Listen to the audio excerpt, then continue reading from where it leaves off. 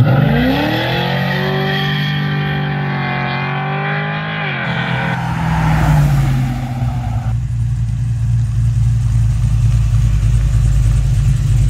guys, so we're back in the shop today working on the output shaft seal on the 4L80. For whatever reason, the tailstock unit that I had on this transmission had a brand new seal on it, but it's leaking pretty brutal. So I suspect it's the bushing. So for now, I've got another tailstock off of one of my other blown up transmissions that's got a brand new seal on it. So I'm going to throw this in there while I rebuild this one, get a new bushing on it, and new seals. So that's our project today. Also got a couple other things going on. So I've got these speaker pods that I'm going to put on the doors. They actually fit just perfectly on the carpet at the bottom of the Squarebody doors. And then I've got some caption 6x9s here that I'm going to install there, and then also on the back side. So in behind the rear seat, if you use a 1.5" spacer, you can kind of fit over top of where the 4x10s from factory go.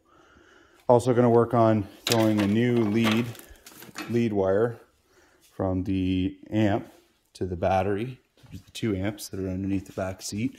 So as of right now, I've got some little bit smaller 8 gauge running there, but I realized that it was actually aluminum wire, not copper.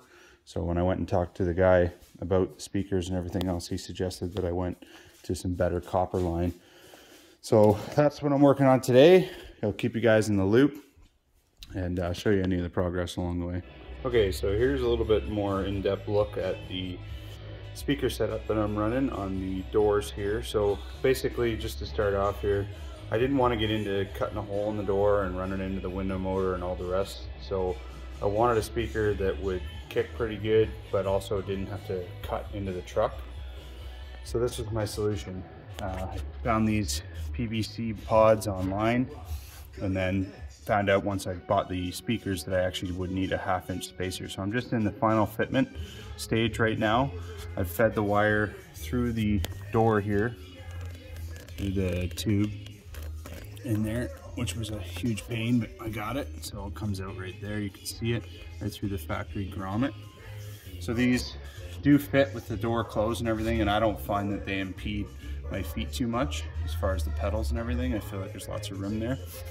So here's the bracket I made up. It's just a piece of 1/8" flat bar, a couple pieces, sorry, some angle iron and some rib nuts, and then these just slip right over top of that, and then bolt on with just some small M4 screws. So they're nice and sturdy, no movement in them at all, and then you can take them on and off and everything. So I'm gonna get them all, got them all fit up now. I'm gonna get them all painted up and then do the final install. All right, here it is, guys. These are the 6x9 door mounts that I made up. So the steel frame that I made that I showed you guys earlier is just underneath there. I think it came out pretty good. Speaker pods are painted to match the rest of the truck. They are fairly large, but so far hasn't been an issue. Doesn't really get in your way when you're getting in the truck. And they definitely work a heck of a lot better than just the 3.5s that were in there before.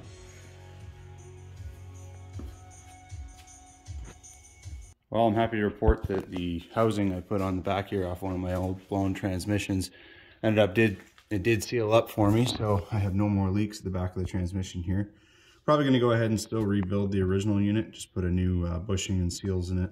I have a bit of a driveline vibration and all my angles seem to be pretty good, so give that a go later on. But like I said, happy to report it does seal up on the slip yoke, so I'm glad to get that all figured out. Did go ahead while I was down here and make up some extra drive shaft hoops, so now I've got a drive shaft hoop at each U-joint. A little bit excessive, but just want to be safe rather than sorry. Like I said, don't want to muck the truck up if I break a shaft.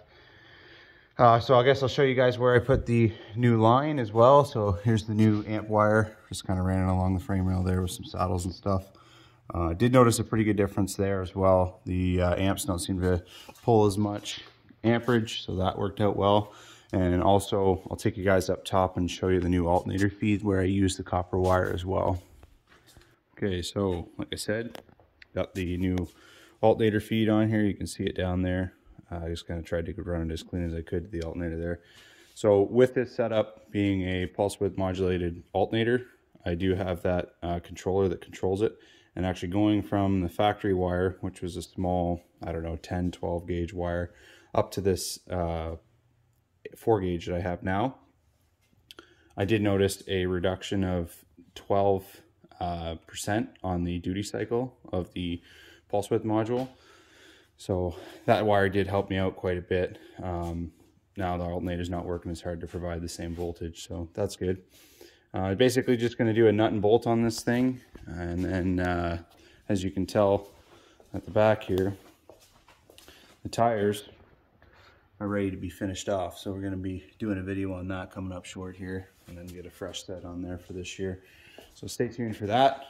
Comment, like, subscribe, let me know what you guys want to see. Thanks.